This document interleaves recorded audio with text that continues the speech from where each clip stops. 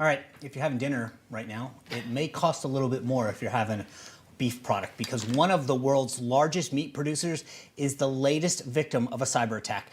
JBS has been forced to shut down some of its plants, including a number of them here in the U.S.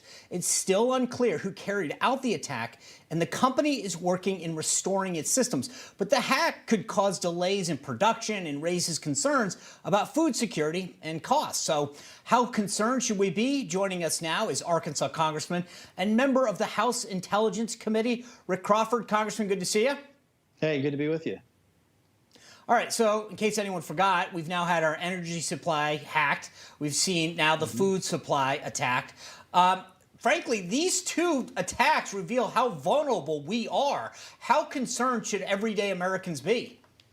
Well, I think they ought to be real concerned. And when the Colonial Pipeline hack took place, I told my colleagues it's just a matter of time before we see an attack on our food system. And within a matter of days, basically, within a couple of weeks, that actually happened. And it wasn't as if we weren't expecting this or suspected it could happen, because I introduced the AIM Act last Congress, Ag Intelligence Measures, to shore up ag security in the intelligence community. And we didn't make any progress, or at least not the progress we had hoped to make in the last Congress. I've reintroduced it again along with my colleague, Senator Cotton, and we're working pretty hard to try to get the AIM Act passed. And this should be a clarion call to every member of Congress and every American that bill needs to pass very quickly. Yeah, and Congressman, you have said this is a bipartisan effort that we have to address. But what is Congress prepared to do in this role now that we've seen, as Sean said, attacks on transportation and now on our food? And what ultimately is the government's role in protecting companies from cyber attacks like these?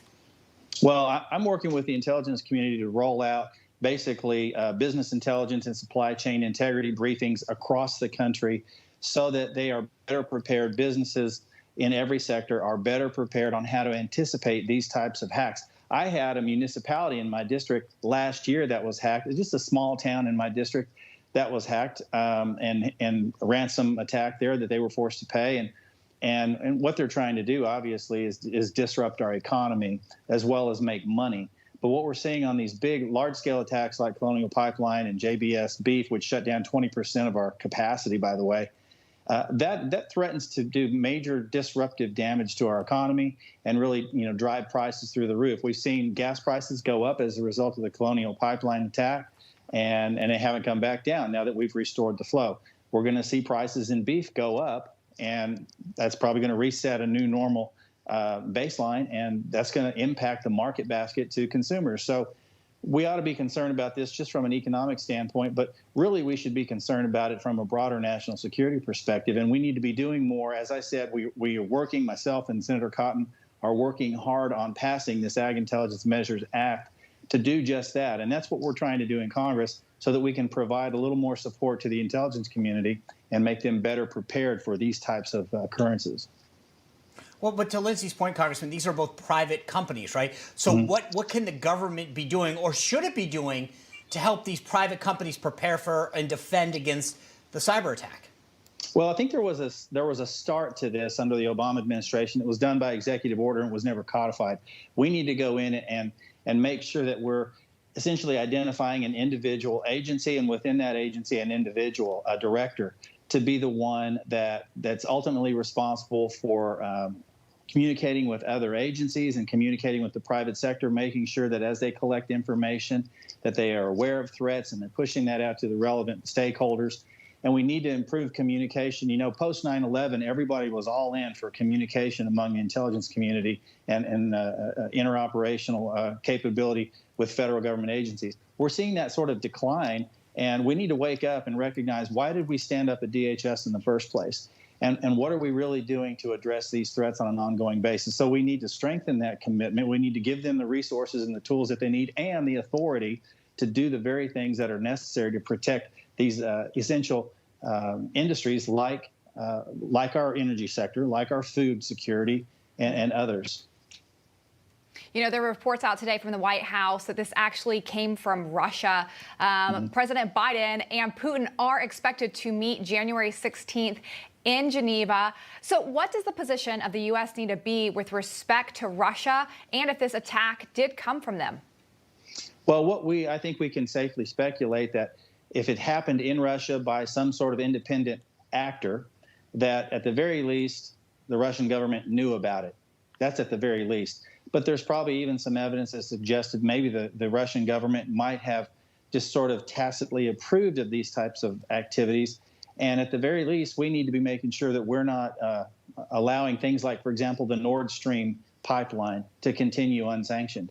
So our administration, the Biden administration, goes in on day one, shuts down our pipelines, makes us vulnerable, and then goes ahead and lifts the sanctions on Nord Stream to allow them to become a much more productive partner in Europe than we are.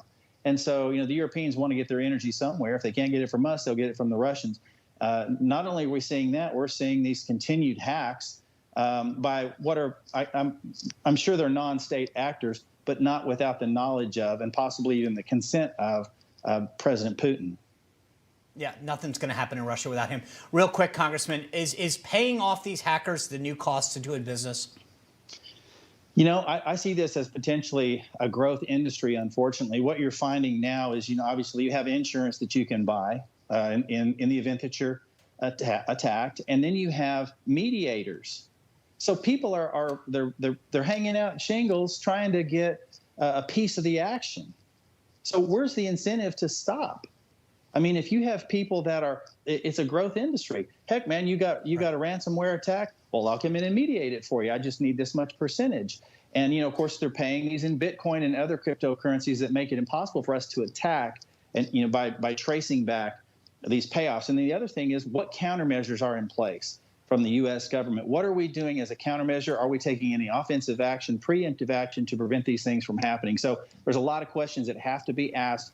And I have some real problems. This is why I have some concerns about cryptocurrency, among others. But also, these intermediaries that are cashing in on essentially negotiating these settlements. Yeah, well, a lot of scary stuff going on. Congressman, keep us up to date on the AIM Act and anything else that you're doing to help prevent this in the future. Thanks for joining us. You bet. Thanks for having me. Hey, I'm Rob Finnerty. Thanks for watching. If you enjoyed this video, please join the conversation in the comments below. Don't forget to subscribe, too. Hit the bell icon to be alerted to breaking news. And remember, there's a whole lot more on Newsmax TV, America's fastest growing cable news network. Newsmax TV, we're real news for real people.